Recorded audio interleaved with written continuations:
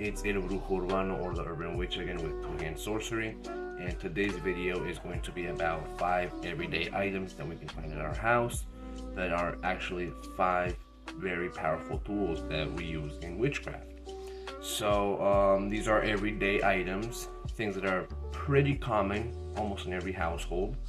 You know, there's only one item where it might vary a little bit, but that's just because of the, because there's just so many varieties of that specific item. So without further ado, let's just get right into it. So with item number 1, I'm gonna go and say, obviously, a jar. Alright, so when we buy our tomato sauce, or whenever we buy, I don't know what comes in jars, can't think about any of that right off the top of my mind right now. So whatever, jar, okay? Jars, we use them in sour jars, we use them in love jars, we use them in protection jars. Jars can be used for hexing, for cursing, for blessings, for almost anything that you can think of to freeze an enemy. We use jars, okay? So jars, something that's very common and something that's very practical and something that's very powerful. So item number 2, this is basically, in your pantry, all right? So salt, all right? I was gonna use salt and pepper, but I just chose salt, but salt and pepper and almost any condiment, okay? But let's just go with salt, all right? Salt is very common, very normal. You find it in every house, unless you have high cholesterol and use an alternative, all right? I'm aware, but salt, all right? Salt can be used as well for both hexing, cursing, and curing and blessing and consecrating. All right, salt has that dual nature, okay, and it's very powerful. It's a very basic ingredient, but it's a very powerful one if used correctly. All right, so item number 3 following that is scissors. Everyone has a pair of scissors, right? We all need scissors. We all need to cut something. So scissors, again, very common household item, but also a very powerful witch tool. When you consecrate it and bless it accordingly, this can be used in workings where you can, cord cutting rituals. You can use these for cord cutting rituals. You could use them for cutting off things that don't serve you in your life. Anything that involves cutting, anything that involves removing the old from the new, and you use it with a scissor or a knife, can be used, and it's very powerful if used and blessed accordingly.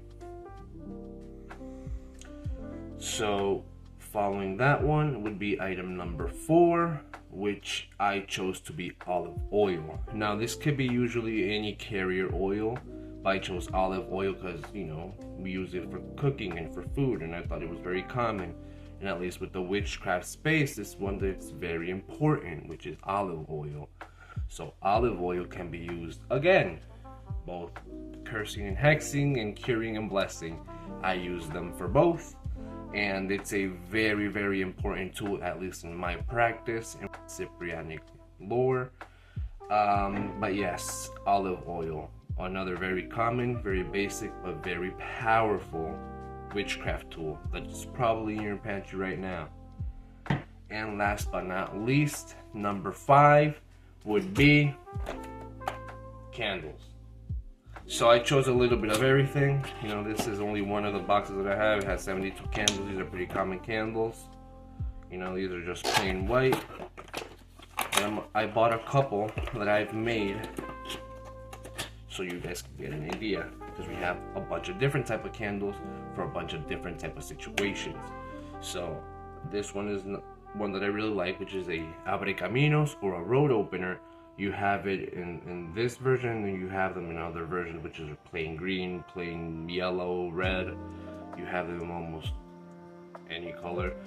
You have them in just plain colors, just plain red, plain yellow. You have them in dual colors, which is white and red, black and red, black and green. You have them anything. I can't think about every single color because there's just a bunch. There's one dedicated to specific deities, to specific saints, to specific orishas, to specific spirits, specific purposes. So like curse breaker, road opener. You have domination candles, protection candles, reversal candles, so on and so forth. So I chose this one because this is one that I'm using right now for a personal one. This is a road opener pillar candle, which is made of cocoa, vanilla, and guayaba.